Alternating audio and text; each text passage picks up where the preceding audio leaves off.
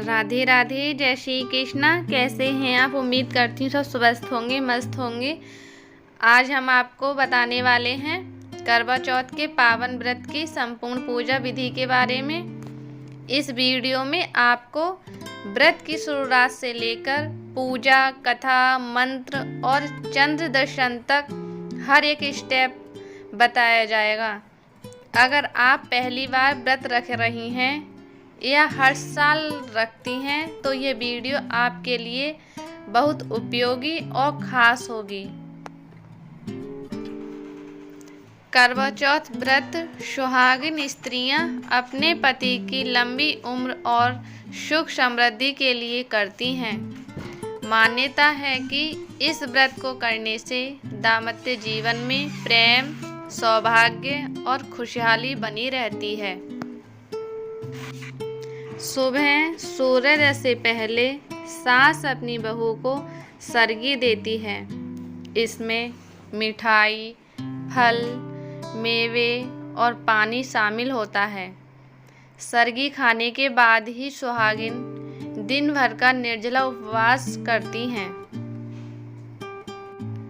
व्रत में सरगी का बहुत ही महत्व होता है।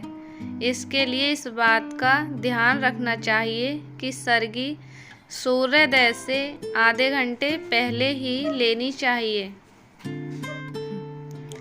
करवा चौथ पूजा के लिए सबसे पहले आपको चाहिए मिट्टी का करवा, दीपक, धूप बत्ती, चंदन, अक्षत, पानी से भरा लोटा, चलनी, नारियल और माता की तस्वीर, 16 श्रृंगार की वस्तुएं। करवा चौथ के दिन सुहागिन स्त्रियों के लिए लाल रंग के ही कपड़े पहनने चाहिए।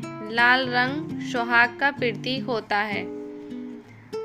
फिर शाम को महिलाएं 16 श्रृंगार कर माता पार्वती और भगवान शिव गणेश की पूजा करती हैं। करवा में जल भरकर दीपक जलाया जाता है। फिर हाथ में करवा लेकर सुहागिनें सुथनी माता की कथा सुनती हैं। कथा ध्यानपूर्वक सुनना चाहिए। करवा चौथ की यह पौराणिक कथा अब मैं आपको सुनाती हूँ। इस कथा के लिए ध्यान से सुने।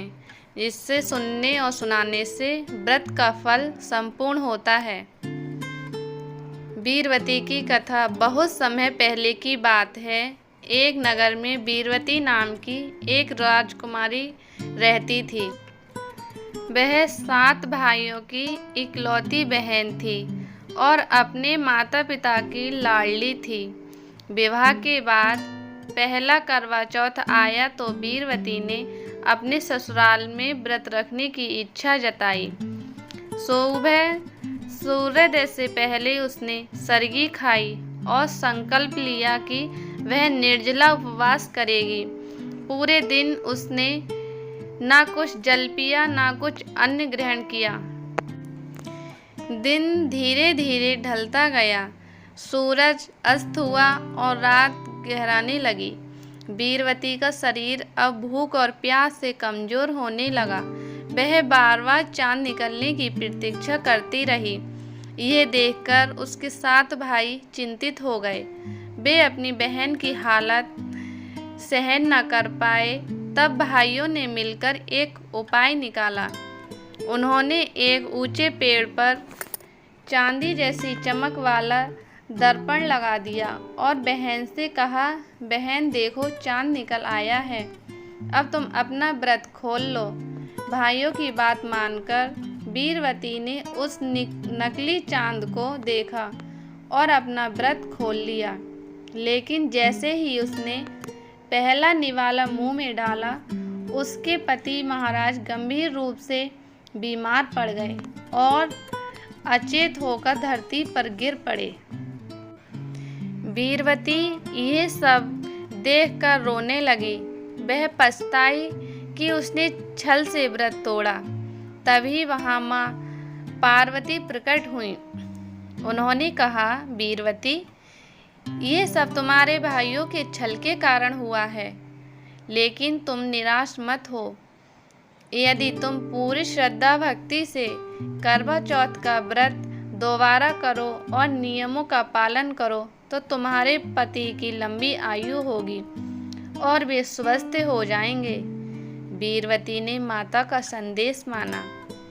उसने अगली बार करवा चौथ पर पूरे विधि विधान से निर्जला व्रत रखने का संकल्प उसी दिन लिया।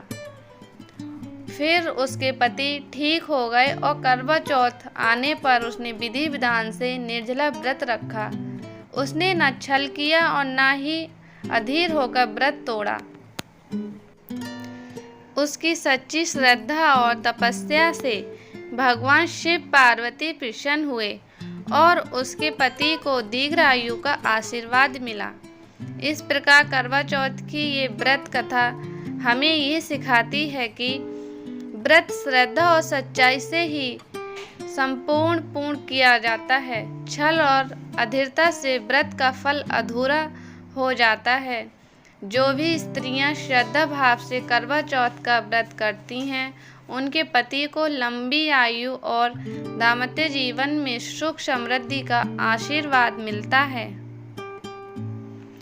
करवा चौथ की पूजा करने के बाद रात को जब चांद निकलता है तो महिलाएं छलनी से पहले चांद और फिर अपने पति को देखती हैं। चंद्रमा को अर्घ्य दिया जाता है और फिर पति पत्नी को जल पिलाकर व्रत खुलवाते हैं। करवा चौथ में कुछ खास नियम होते हैं, जैसे दिन भर निर्जला उपवास रखना, झूठ बोलने से बचना, किसी का दिल न दुखाना और व्रत को श्रद्धा भक्ति से निभाना। दोस्तों, इस प्रकार करवा चौथ का व्रत पूरा होता है। यह व्रत न केवल पति की लंबी उम्र देता है बल्कि वैवाहिक जीवन को सुखी बनाता है। आप सभी को करवा चौथ की हार्दिक शुभकामनाएं। माँ पार्वती आप सभी बहनों की सुहाग की रक्षा करें। माताएं बहनें, अगर आपको मेरी करवा चौथ की वीडियो अच्छी लगी हो तो वीडियो को लाइक करें, सब्सक्राइब करें और कमेंट करें।